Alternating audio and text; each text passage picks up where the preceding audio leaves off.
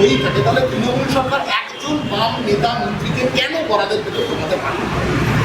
18টা commission, এইসব অনেক কথা বলেছে, চিরকুট ব্যাংক ব্যাংক ইত্যাদি, দলটাকে ভরুক না।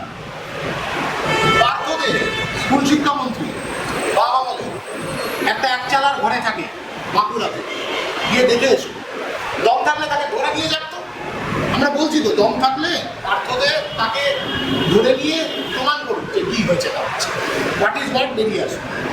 এই দম নেই। তৃণমূল জানে যে বামপন্থীদের সাদা পাজামায় একটা কালি ছিটে তারা লাগাতে পারে, সেই কারণে এসব আদগুম বাদগুম কথা। এই রাজ্যের স্কুল শিক্ষা উচ্চশিক্ষা সবটাকে ধ্বংস করে ফেলেছে, ধ্বংস মানে করছে নয়, করে ফেলেছে।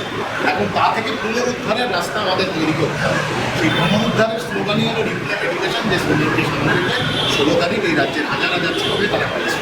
বাংলা হান্টের আরও খবর দেখতে নজর রাখুন। বাংলা খবর মানেই বাংলা হান্ট।